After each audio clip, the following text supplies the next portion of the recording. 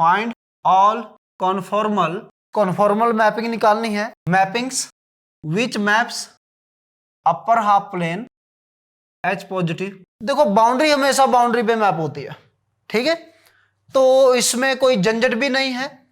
अगर आप strictly y को ग्रेटर देन 0 लेना चाहते हो तो बाउंड्री मत लीजिएगा, बस ओपन यूनिट सर्कल पे हो जाएगा और ओपन यूनिट डिस्क पे हो जाएगा।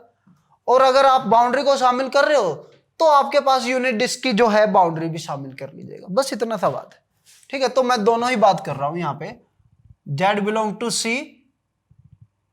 y greater than equal to 0 ले लेता हूं, ठीक है। अगर आप इक्वलिटी हटा रहे हैं तो बाउंड्री से नहीं शामिल करनी है, बस इतना सा। ऑन टू का मतलब क्या है, 1 1 ऑन टू मैप लेने वाला हूं मैं, ठीक है, 1 1 onto map on to the unit disc. और यूनिट डिस्क क्या है, इसको W की टर्म में लिख देता हूं, on to the unit disc W belong to C mod W less than equal to 1, ठीक है। ये है, ये थ्योरम है तो क्वेश्चन की तरह लिख दिया हमने। लिखो इसको, all conformal mapping which maps upper half plane on to the unit disc is given by F of Z equal to, कैसे लिखी जाएगी, E to the power iota theta Z minus alpha upon में Z minus में alpha conjugate. अभी जो पीछे लिखने की कोशिश की थी वही, ठीक है, अभी जो पीछे लिखने की कोशिश की थी आपने एफ डब्ल्यू, वैसा ही कुछ है, ठीक है। लेकिन बस इसमें फर्क क्या है, इसमें अपर हाफ प्लेन को मैप कर रहे हैं, मैं यूनिट सर्कल यूनिट डिस्क को यूनिट डिस्क वाला लूंगा केस, वो वैसा ही दिखाई देगा आपको, ठीक है। For some theta belong to R, theta कोई भी रियल नंबर हो सकता है। अगर आप 0 लेंगे तो एज इट इज, थीटा की वैल्यू अगर π/2 लेंगे तो ये आयोटा का काम करने लगेगा, ठीक है, जैसा भी आप लेंगे। एंड अल्फा कहां से आ रहा है, अल्फा आ रहा है एच पॉजिटिव से, कोई नंबर आपने लिया होगा। अब इसमें किसका यूज करेंगे, एंड इनवर्स इमेज, क्योंकि आप जानते हैं कि 1 1 ऑन टू मैप लेने वाले हैं आप, एंड द इनवर्स इमेज की बात कर सकते हैं, इज गिवन बाई, कैसे निकालेंगे, एफ इनवर्स डब्लू, ठीक है, डब्लू से रिप्रेजेंट करने वाले हैं कि नहीं आप बोलो। अगर इसको आप डब्लू मान के चल रहे हैं तो एफ इनवर्स डब्लू क्या होने वाला है आपके पास, वो होने वाला है मैं देख रहा हूं, alpha E to the power iota theta, alpha E to the power iota theta minus में अल्फा कंजुगेट डब्लू अपॉन में E to the power iota theta minus में डब्लू। ऐसे लिखेंगे इनवर्स इमेज। इसका इनवर्स इमेज निकालना वो बाद में निकाल लेंगे हम, पहले ये निकाल लें, इनवर्स इमेज तो निकाल ही सकते हैं, बोलो भाई, यही तो इंपॉर्टेंट है, नहीं है। बाकी इनवर्स इमेज में जेड की वैल्यू निकालने में कौन सा हर्ज है, जेड की वैल्यू अगर ये मान लो कि बाय डिफॉल्ट अगर गलत सही है भी, तो अगर इसको हम ऐसे कन्वर्ट कर लेंगे, जेड की वैल्यू ही निकालनी है आपको, तो यहां से डब्लू जेड माइनस में अल्फा कंजुगेट डब्लू, ठीक है, जेड माइनस में अल्फा, तो यहां से आप, ठीक है, जेड को डब्लू जेड को या जेड को इधर लेके चले आओ, ठीक है, जहां पे आपका मन करे। अरे ये क्या था, E to the power iota theta रह गया, ठीक है, E to the power iota theta. तो मेरे ख्याल से आप जेड की वैल्यू निकालना चाहते हैं, ठीक है, तो मैं ऐसा करता हूं, इस डब्लू जेड को उधर लेके चला जाता हूं और इस alpha E to the power iota theta को इधर लेके आता हूं, alpha E to the power iota theta minus में अल्फा कंजुगेट डब्लू, किसके गुल हो जाएगा, जेड कॉमन लेंगे, E to the power iota theta minus में डब्लू जेड, तो यहां से जेड की जो वैल्यू आ जाएगी alpha E to the power iota theta minus में अल्फा कंजुगेट डब्लू अपॉन में E to the power iota theta minus W, जो कि आपने लिख दी है। ये कोई समस्या तो नहीं, इनवर्स इमेज में कोई समस्या नहीं है, इनवर्स मैप निकालने में कोई समस्या नहीं होती, जेड की वैल्यू ही तो निकालनी है। ये देखते हैं ये कैसे आई है, ठीक है, इस पे फोकस करते। प्रूफ देखिए इसका, प्रूफ क्या कहता है, हम नहीं जानते कि कैसे मैपिंग होने वाली है, हमने मान लिया कि एक बाइलिनियर ट्रांसफॉर्मेशन ये है, ए जेड प्लस बी अपॉन में सी जेड प्लस डी, ठीक है। अब आपके पास दो चॉइसेस थी बाइलिनियर ट्रांसफॉर्मेशन में,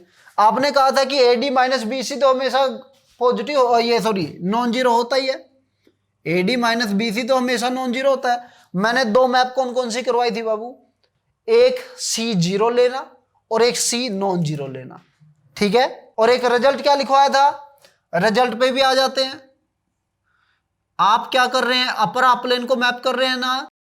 अपर हाफ-प्लेन में अगर आपने कोई पॉइंट सेलेक्ट किया है यहां पे अल्फा, बताओ उसकी इमेज क्या होती है, इमेज क्या होती है उसकी, इमेज क्या होती है। मैंने कहा था आप मिरर की तरह काम करेंगे। अगर अपर हाफ-प्लेन ले रहे हैं तो मिरर का काम ये एक्स एक्सिस कर रही है, तो इसकी जो इनवर्स इमेज होगी वो क्या हो जाएगी, अल्फा कंजुगेट। अरे 1 प्लस आयोटा की इमेज क्या होती है, 1 माइनस आयोटा ना, इसका कंजुगेट।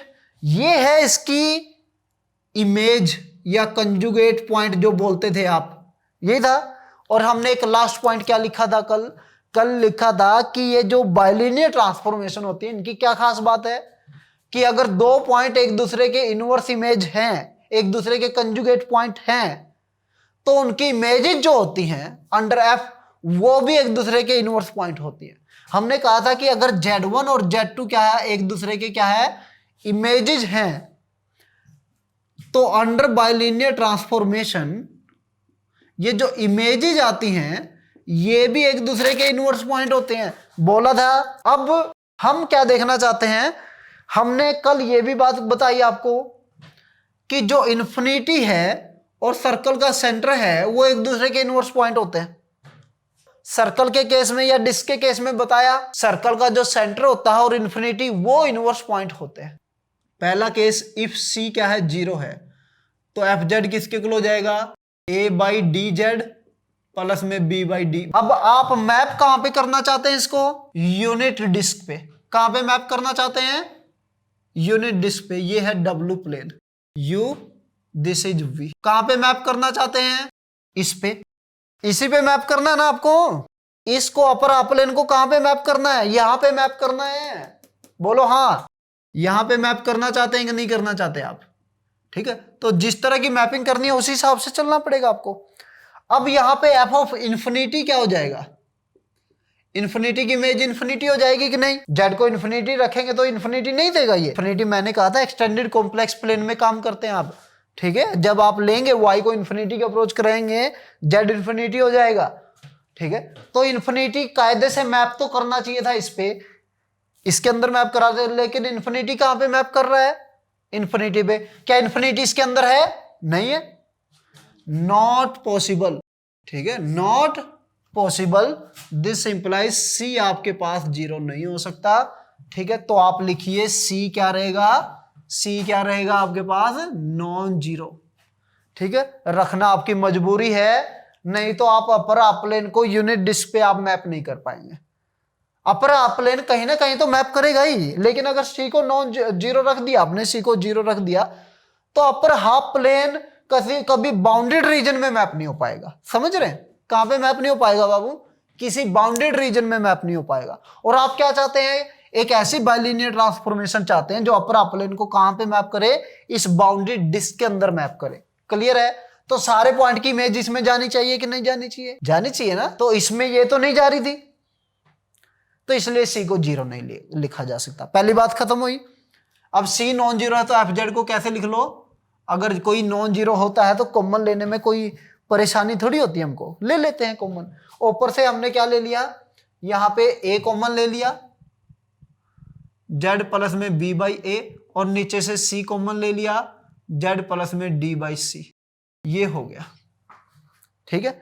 अब आप जानते हैं इसमें ये 0 और इन्फिनिटी क्या है, इनवर्स पॉइंट है। नाउ W, इसको W माना था ना आपने, W equal to 0 and W equal to infinity, या W1 equal to 0 and W2 equal to infinity are inverse point in, इसको क्या नाम दिया मैंने, इन D, ठीक है ना, इन D।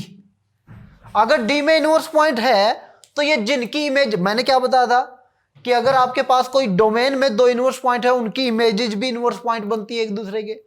इसी तरह 1 1 और 2 मैप है ना ये।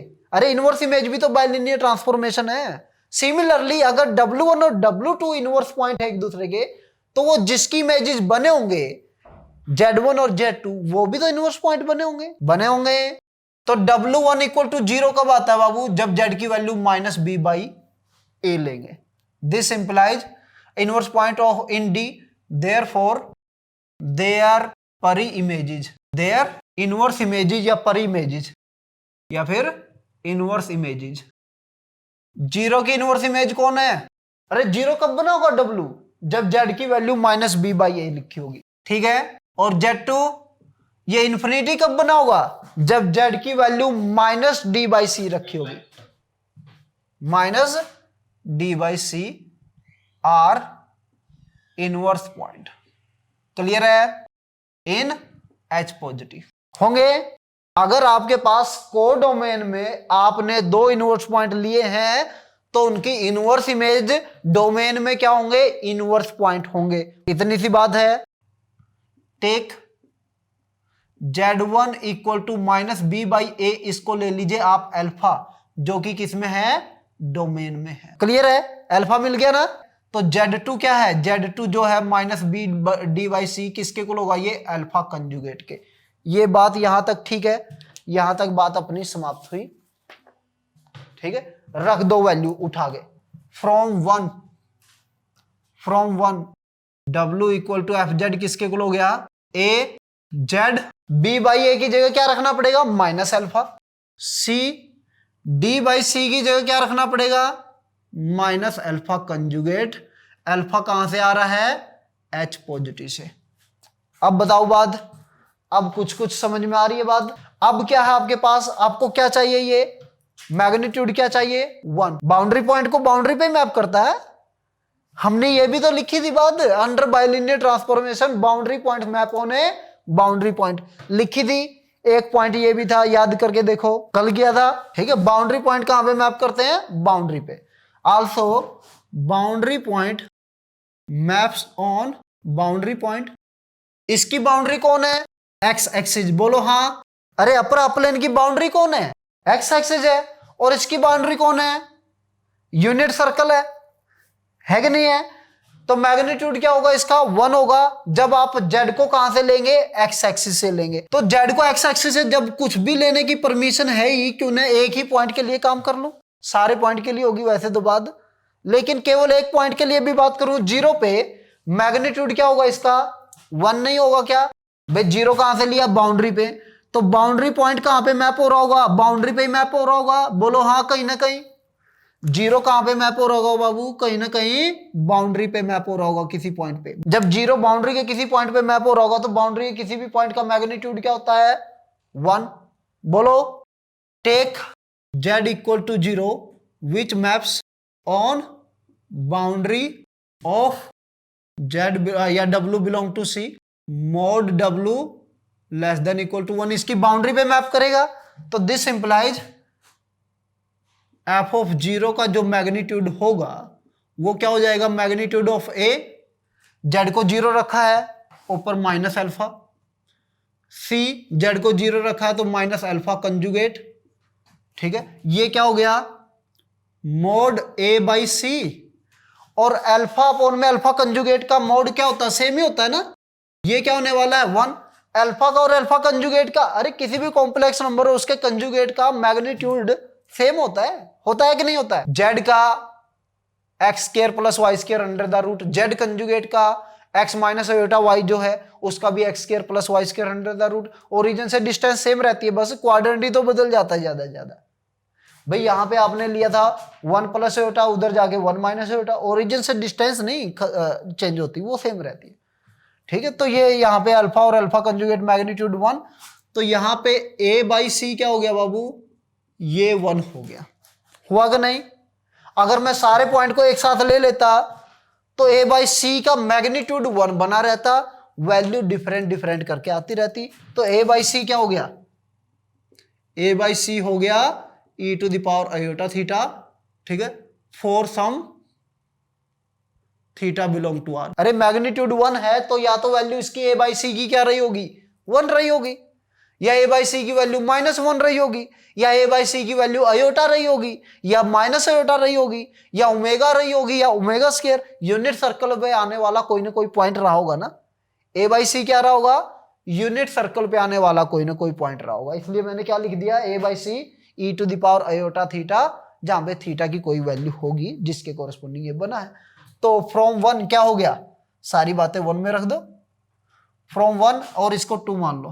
फ्रॉम 2 एफ ऑफ जेड किसके को हो गया, ए बाई सी की value e to the power iota theta, Z minus alpha upon में जेड माइनस अल्फा कंजुगेट, जहां पे एल थीटा कहां से आ रहा है, आर से आ रहा है, और अल्फा आ रहा है एच पॉजिटिव से। तो मेरे ख्याल से ये मैप हो गई आपके पास।